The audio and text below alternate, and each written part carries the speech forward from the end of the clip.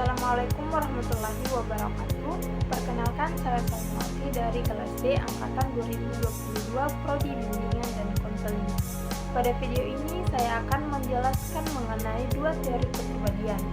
Yang pertama yaitu tipologi kepribadian berdasarkan nilai kebudayaan teori Edward Spencer. Dan yang kedua yaitu teori psikoanalisis Sigmund Freud. Baik, yang pertama yaitu tipologi berdasarkan nilai kebudayaan teori Edward Spencer. Adapun biografi dari Edward Spencer yaitu Edward Spencer adalah seorang filsuf dan psikolog Jerman yang mengembangkan teori ini pada awal abad ke-20. Edward Spencer adalah tokoh utama aliran psikologi dan oleh banyak ahli dianggap sebagai juru bicara aliran kerohanian. Edward Spencer adalah guru besar ilmu filsafat dan ilmu pendidikan di universitas-universitas seperti Leipzig, Berlin, dan Tübingen. Spencer ini lahir di Berlin pada tanggal 27 Juni tahun 1882 dan meninggal di Tübingen pada tanggal 17 September tahun 1963. Beliau adalah seorang mahasiswa dari Wilhelm Dilthey dan juga seorang tokoh utama aliran psikologi yang berdasarkan pada ilmu pengetahuan kerohanian. Selanjutnya yaitu konsep dasar dari teori Edward Spencer. Jadi, Spencer mengatakan bahwa setiap individu memiliki nilai-nilai budaya yang berbeda yang mempengaruhi kepribadian mereka dan cara mereka berinteraksi dengan dunia. Arti penting teori Spencer ini adalah untuk membantu kita memahami bagaimana nilai-nilai internal yang berbeda ini mempengaruhi cara individu memandang dunia, membuat keputusan, dan bertindak. Hal ini juga dapat digunakan untuk menjelaskan perbedaan minat, karir, pola hubungan, dan pilihan gaya hidup antara individu yang berbeda. Adapun pokok-pokok teori Spencer yaitu Spencer memaparkan pokok-pokok teorinya yang menceritakan pentingnya rasa teguh pada diri manusia, termasuk pokok-pokok pemikiran Spencer mengenai kepribadian manusia yang dikemukakan oleh Spencer, yaitu ada dua macam roh. Yang pertama yaitu roh subjektif atau roh individu adalah pikiran yang terdapat pada setiap manusia atau individu. Tujuan roh individu adalah untuk mencapai atau mengungkapkan nilai-nilai tertentu, dan oleh karena itu hanya dapat dipahami dengan memahami sistem nilai tersebut. Struktur atau sistem nilai yang lebih tinggi adalah roh objektif. Kemudian yang kedua yaitu roh objektif atau roh supra individu atau budaya adalah roh seluruh umat manusia, khususnya budaya yang telah diungkapkan dan dikembangkan selama berabad-abad bersama manusia individual. Nah, adapun hubungan dari kedua roh ini yaitu roh subjektif dan juga roh objektif mempunyai hubungan yang saling berkaitan satu sama lain. Di balik roh subjektif atau individual terdapat nilai-nilai pada individu dibentuk dan dibina berkaitan dengan pikiran objektif. Artinya pikiran individu terbentuk dan berkembang dengan menggunakan pikiran objektif sebagai patokan. Roh objektif atau kebudayaan mengandung unsur untuk menerima pengakuan umum sebagai hal yang berharga karena ia diberi posisi tinggi dan ditempatkan di atas pikiran individu. Adapun faktor-faktor yang dapat mempengaruhi kepribadian menurut teori Spencer ini, kebudayaan juga merupakan salah satu faktor yang mempengaruhi kepribadian seseorang. Teori ini menunjukkan bahwa setiap individu memiliki campuran unik dari faktor-faktor ini dalam kepribadiannya yang membentuk preferensi dan minat pribadi. Ini membantu dalam pemahaman mengapa individu dapat memiliki prioritas dan orientasi yang berbeda dalam hidup mereka dan memberikan wawasan tentang cara mereka berinteraksi dengan dunia sekitarnya. Edward Spencer membagi tipe kepribadian menjadi 6. Yang pertama yaitu manusia teori. Tipe teoritis. Dalam teori tipe manusia ini, karya Edward Spencer merujuk pada individu yang memiliki dorongan kuat untuk mencari pengetahuan dan pemahaman yang mendalam. Mereka cenderung mengejar pengetahuan dengan hasrat. Mereka puas saat mereka dapat memecahkan masalah intelektual yang rumit. Karakteristik utama tipe ini melibatkan pemikiran yang analitis, keinginan untuk belajar, dan keterlibatan dalam aktivitas intelektual seperti penelitian atau eksperimen. Mereka mungkin selalu merasa tertarik untuk mengeksplorasi ide-ide baru atau berusaha memahami aspek-aspek yang lebih dalam dari berbagai topik. Individu dengan tipe teoritis ini juga cenderung menjadi kritikal dan analitis, menganalisis informasi secara mendalam dan skeptis, serta senang bertanya mengapa dalam berbagai konteks. Tipe teoritis ini dengan ketertarikan intelektualnya yang kuat sering mengejar pendidikan tinggi dan berkontribusi pada pengembangan pengetahuan dalam berbagai bidang. Yang kedua yaitu manusia ekonomi. Orang yang memiliki orientasi ekonomi biasanya sangat fokus pada gagasan praktis yang dapat menghasilkan uang atau keuntungan. Mereka tidak terlalu memikirkan cara mereka mencapai tujuan tersebut. Yang terpenting adalah hasilnya. Mereka cenderung sangat mementingkan diri sendiri dan terlihat atau melihat segala sesuatu dari sudut pandang seberapa berguna atau efisien itu. Mereka juga mungkin menjadi egois, artinya mereka peduli lebih banyak tentang kepentingan mereka sendiri daripada orang lain dan hanya memperhatikan orang lain jika mereka bisa memberikan manfaat. Pandangan mereka tentang orang lain biasanya didasarkan pada apa yang bisa orang lain lakukan atau kontribusinya. Jadi, inti dari manusia ekonomi ini adalah berkaitan dengan kekayaan. Yang ketiga yaitu manusia estetis. Jiwa orang yang bertipe seni ini selalu dipengaruhi oleh nilai-nilai keindahan. Paling berharga dalam pandangan mereka adalah segala sesuatu yang memiliki seni. Manusia memiliki estetika untuk menjalani kehidupan seolah-olah tidak ada sebagai pemain, tapi hanya sebagai penonton. Dia selalu bersama kaum impresionis hidup secara pasif. Di samping bisa juga dengan seorang ekspresionis yang mewarnai setiap kesan yang ia terima dari sudut pandang jiwa subjektifnya. Orang estetis juga punya tren individualisme. Hubungan dengan orang lain kurang permanen. Jika mereka tidak asing dengan agamanya, maka mereka akan merasa aman. Ini mungkin akan berujung pada setiap apatis apatis. Nah, harmoni di alam adalah nomor satu baginya adalah yaitu kecantikan. Yang keempat yaitu manusia agama. Menurut Spencer, inti permasalahan agama terletak pada hal ini adalah mencari nilai tertinggi dari keberadaan ini. Siapapun yang tidak puas atau belum mencapai apapun yang harus ia kejar, ia belum mempunyai landasan yang kuat untuk hidupnya. Jika tidak seperti yang dicapai, titik tertingginya adalah perasaan bebas dan damai dalam hidup. Jadi bagi orang-orang yang bertipe manusia agama ini, segalanya itu diukur dari makna kehidupan spiritual individu. Keinginan untuk mencapai keselarasan antara pengalaman batin dan makna dari kehidupan ini. Kemudian yang kelima yaitu manusia sosial.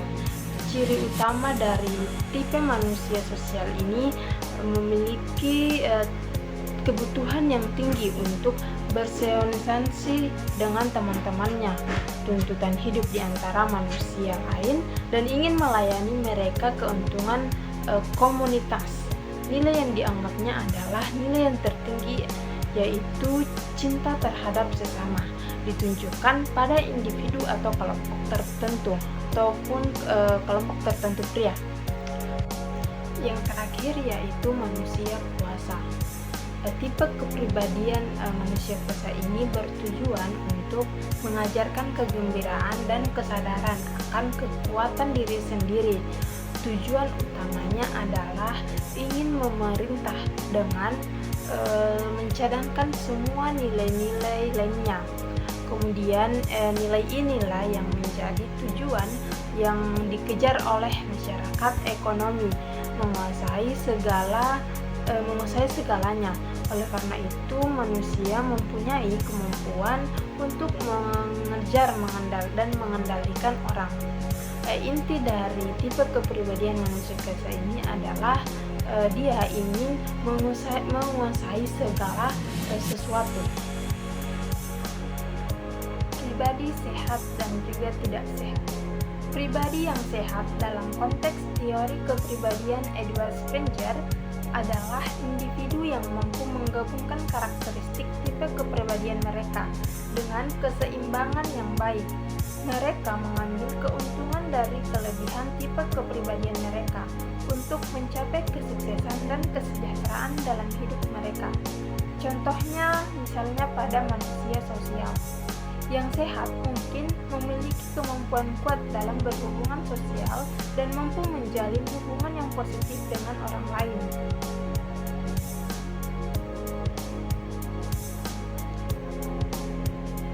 Di sisi lain, pribadi yang tidak sehat dapat mengalami kesulitan ketika karakteristik tipe kepribadian mereka menjadi ekstrim atau tidak seimbang. Contohnya, seorang manusia teori yang tidak sehat mungkin cenderung terlalu terperangkap dalam dunia akademis mereka dan mengabaikan aspek sosial kehidupan mereka, yang juga dapat berdampak negatif pada kesehatan mereka, seperti terjadi isolasi sosial dan juga stres. Keseimbangan dan kesadaran diri tentang karakteristik tipe kepribadian adalah kunci utama untuk mencapai kesehatan mental dan emosional yang baik dalam berbagai budaya. Yang kedua yaitu teori psikoanalisis Sigmund Freud. Adapun biografi dari Sigmund Freud yaitu Sigmund Freud lahir pada 6 Mei tahun 1856 di Freiberg, Moravia, Austria-Hongaria. Sekarang yang dikenal sebagai Republik Ceko, dan meninggal pada tanggal 23 September tahun 1939 di London, Inggris. Sigmund Freud adalah seorang Austria keturunan Yahudi dan pendiri aliran psikoanalisis dalam bidang ilmu psikologi. Ia adalah pionir cikal bakal psikoanalisa. Saat ia berumur 4 tahun, keluarganya pindah ke Wina dan disitulah dia menghabiskan hampir seluruh hidupnya. Freud meraih gelar sarjana kedokteran dari Universitas Wina tahun 1881. Selama 10 tahun berikutnya, dia melakukan penyelidikan mendalam di bidang psikologi, membentuk staf klinik psikiatri, melakukan praktek pribadi di bidang neurologi, bekerja di Paris bersama neurolog Prancis kenamaan Jean Charcot, dan juga bersama Dr. Joseph Breuer asal Wina. Gagasan Freud di bidang psikologi berkembang tingkat demi tingkat. Pada tahun 1895, bekerja sama dengan Breuer, ia merilis buku pertamanya, yakni Penyelidikan tentang Histeria. Buku berikutnya, Tafsir Mimpi, terbit pada tahun 1900. Buku ini merupakan salah satu karyanya yang paling orisinal dan sekaligus paling penting. Meski pada awalnya buku ini lesu, namun mampu membuat namanya terkenal. Kemudian pada tahun 1902, dia mengorganisir kelompok diskusi masalah psikologi di Wina. Salah seorang anggota pertama yang menggabungkan diri adalah Alfred Adler. Dan beberapa tahun kemudian ikut pula Carl Jung. Kedua orang itu akhirnya menjadi ahli ilmu psikologi. Pada tahun 1908, Tak kala Freud memberi serangkaian ceramah di Amerika, Freud sudah menjadi orang yang terkenal. Konsep dasar teori psikoanalisis Sigmund Freud. Konsep dari teori Freud ini yang paling terkenal adalah tentang adanya alam bawah sadar yang mengendalikan sebagian besar perilaku. Selain itu, dia juga memberikan pernyataan bahwa perilaku manusia didasari pada hasrat seksualitas atau eros, yang pada awalnya dirasakan oleh manusia semenjak kecil dari ibunya. Selain itu, Freud juga membagi struktur kepribadian menjadi 3, yaitu id, ego, dan superego. Selanjutnya yaitu mekanisme pertahanan. Adapun mekanisme pertahanan dari teori Freud ini, yang pertama yaitu represi. Represi yaitu proses menghalangi pikiran atau perasaan yang tidak diinginkan masuk ke dalam kesadaran. Kemudian yang kedua denial. Denial ini menolak atau mengabaikan kenyataan yang tidak diinginkan. Kemudian proyeksi. Proyeksi yaitu menyalahkan atau mengatribusikan perasaan atau sifat pribadi yang tidak diinginkan kepada orang lain. Dan yang terakhir yaitu sublimasi. Nah, sublimasi ini mengalihkan dorongan atau perasaan yang tidak dapat diterima ke aktivitas yang lebih sosial atau produktif. Adapun tahap perkembangan seksual dari teori Freud ini pada masa kanak-kanak yaitu tahap oral, tahap anal, tahap falik, tahap laten, dan juga tahap genital. Yang pertama yaitu tahap oral. Pada tahap ini, bayi dan anak-anak sangat fokus pada mulut mereka. Mereka suka menjelajahi dunia dengan merasakan benda-benda dan meraih segala sesuatu ke mulut. Tahap ini juga terkait dengan pemberian makanan dan perasaan keamanan. Yang kedua, tahap anal. Tahap anal berfokus pada pengendalian kandung kemih dan buang air besar. Anak-anak belajar tentang kontrol dan kebersihan. Konflik dapat muncul jika ada tekanan berlebihan atau kebebasan dalam toilet training. Yang ketiga, tahap falik. Pada tahap ini adalah saat anak-anak mulai menyadari perbedaan gender dan memiliki rasa ingin tahu tentang organ kelamin. Ini juga melibatkan kompleks Oedipus pada anak laki-laki dan kompleks Elektra pada anak perempuan, di mana mereka memiliki hasrat cinta terhadap orang tua yang sejenis. Kemudian yang keempat, tahap laten. Pada tahap ini berlangsung antara usia 6 hingga pubertas. Selama periode ini, anak-anak lebih berfokus pada pengembangan kemampuan sosial dan intelektual mereka dan keinginan seksual tampaknya tidak terlalu aktif. Yang terakhir, fase genital. Pada fase ini dimulai selama masa pubertas. Ini adalah saat di mana keinginan seksual menjadi lebih kuat dan individu mencari hubungan yang lebih dewasa. Konsep lain dari teori Freud ini yaitu konsep Oedipus. Teori Oedipus Freud menjelaskan bagaimana anak-anak mengalami ketegangan dan konflik terhadap orang tua mereka, terutama anak laki-laki yang memiliki hasrat cinta dan keinginan bersaing dengan ayah mereka untuk mendapatkan perhatian ibu mereka. Kemudian ada juga konsep interpretasi mimpi. Freud percaya bahwa mimpi adalah jendela ke dalam isi pikiran tak sadar. Ia mengembangkan metode interpretasi mimpi untuk memahami konflik dan keinginan yang mungkin tersembunyi dalam mimpi seseorang. Faktor-faktor yang mempengaruhi kepribadian menurut Freud. Menurut teori psikoanalisis Sigmund Freud, kepribadian seseorang dipengaruhi oleh berbagai faktor, terutama aspek-aspek psikologis yang berinteraksi. Ini termasuk 3 struktur jiwa, yaitu id, ego, dan juga superego. Id berisi dorongan primitif dan naluri seperti nafsu dan agresi. Kemudian ego berperan sebagai penghubung yang berusaha menyeimbangkan keinginan id dan moralitas dan juga realitas. Selanjutnya yaitu superego adalah bagian moral yang berisi norma dan aturan yang dipelajari dari masyarakat. Selain itu, perkembangan seksual dan konflik Oedipus di masa kanak-kanak juga mempengaruhi pembentukan kepribadian. Freud juga menekankan pentingnya mimpi untuk memahami pikiran tak sadar kita. Secara keseluruhan, teori ini menjelaskan bagaimana interaksi antara dorongan-dorongan yang tak sadar, moral, perkembangan seksual, pengalaman masa kecil dapat juga membentuk kepribadiannya kita. Adapun 3 struktur kepribadian yang dikemukakan oleh Sigmund Freud yaitu id, ego, dan juga superego.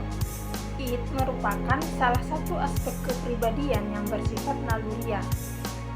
Id adalah komponen psikis yang paling primitif dan terletak di alam bawah sadar. Ini mewakili dorongan-dorongan dasar dalam diri kita, seperti nafsu seksual, agresi, rasa lapar, ataupun haus. Id beroperasi berdasarkan prinsip kenikmatan, yang berarti itu mencari pemenuhan keinginan tanpa memedulikan konsekuensinya.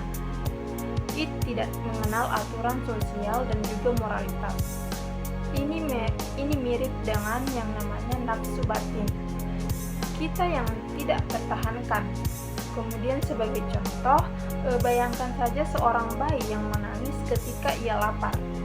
Tindakan ini didorong oleh id yang menginginkan makanan yang untuk merasa puas, tanpa memikirkan waktu atau tempat yang tepat. Selanjutnya ego. Ego merupakan aspek kepribadian yang bersifat rasional. Ego adalah komponen yang berada di tengah-tengah antara id dan juga dunia luar. Ego ini beroperasi berdasarkan prinsip realitas dan berusaha menyeimbangkan keinginan-keinginan id dengan kenyataan. Ini adalah bagian yang membuat kita mempertimbangkan konsekuensi dari tindakan dan mencari cara untuk memenuhi keinginan dengan cara yang tepat dan juga dapat diterima oleh masyarakat. Ego berfungsi sebagai mediator antara id dan juga superego. Sebagai contoh, jika id adalah ingin makan kue coklat misalnya, ego ini akan mencoba menentukan apakah dengan kita mengonsumsi dalam jumlah banyak yang wajar tanpa merusak diet kita, atau apakah kita harus menahan diri untuk tidak makan coklat tersebut. Yang terakhir yaitu superego. Superego adalah bagian moral dari kepribadiannya kita. Ini berisi norma-norma, aturan, dan nilai-nilai yang kita pelajari dalam masyarakat, orang tua, dan lingkungan sekitar.